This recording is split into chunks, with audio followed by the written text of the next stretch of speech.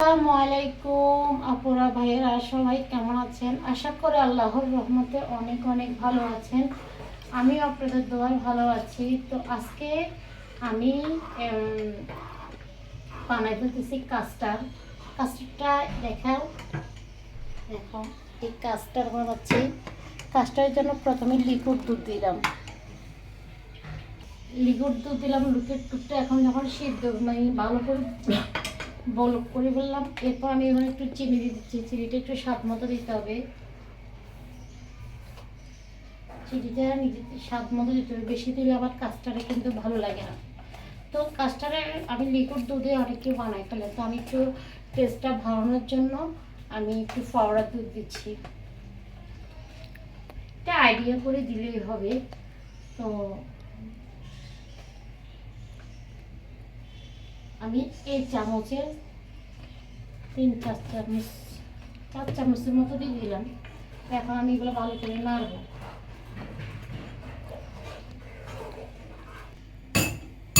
তো আমি এখন কাস্টার্ডের পাউডারগুলো রেডি করতেছি। কাস্টার্ডের পাউডার রেডি করার জন্য আমি কাস্টার্ড পাউডার নিয়ে নিচ্ছি। কাস্টার্ড পাউডারে অনেকেই আছে মানে একসাথে দিয়ে দেয়, সেখানে দেখা যায় কি দলা থাকে যায়। তো দলা না পাকার জন্য আমি আরও একটা বাটিতে নিয়ে নিলাম। বাড়িতে পরিমাণ মতো আপনার মানে টেস্টটা যেভাবে খেতে চান সেরকম দিয়ে দিতে হবে। তো আমি এখানে 3-4 বছর মতো দিয়ে দিলাম। দিয়ে এখন পরিমাণ মতো পানি দিয়ে ভালো করে নেড়ে দিব। এতে কি হবে, দলাটা আর পাকবে না, সহজভাবে আপনি দিয়ে দিতে পারবেন। এখন আমি কাস্টার্ডগুলো মানে এখানে কাস্টার্ড রেডি করে ফেললাম পানি দিয়ে ভালো করে।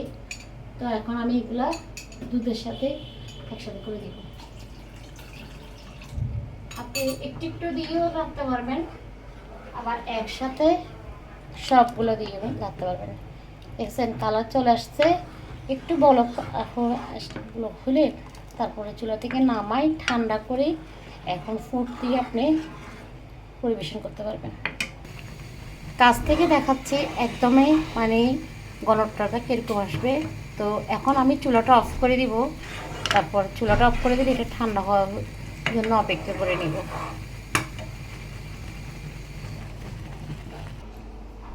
ফুডটা আমি কেটে নিচ্ছি। এই তো সব ফুড কেটে নিলাম।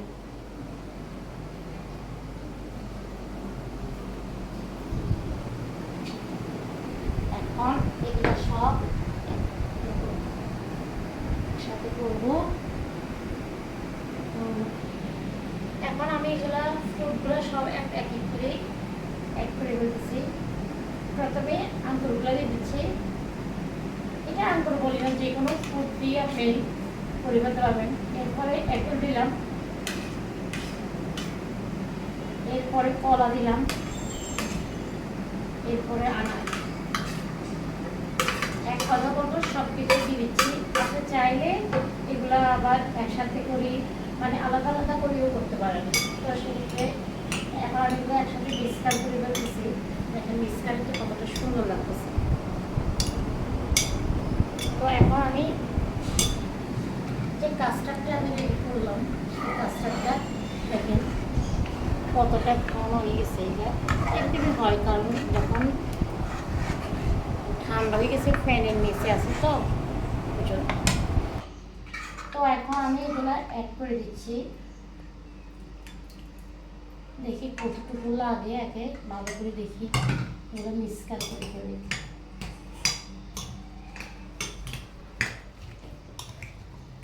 দেখেন অনেক সুন্দর লাগছে। এগুলো দেখতে যেমন সুন্দর, খেতে খুব দারুণ। আমার কাছে তো বেশ ভালোই লাগে। আপনাদের কার কেমন লাগে জানি না, তবে আর একটু দিই। এগুলো আর একটু রয়ে গেছে, এগুলো পরে অন্য কাজে ফুড থাকলে করা যায়। তাহলে আমার বাচ্চারা আমি খুবই পছন্দ করি, যেটা সত্যি কথা।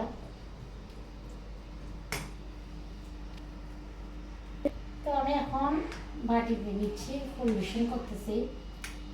বিশ্বাস করেন এতটা মজা এগুলো খেতে।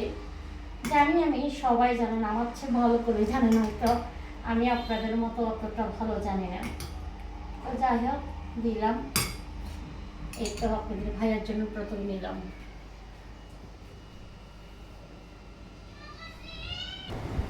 তো এই তো আপনার ভাইয়াকে দিয়ে দিলাম।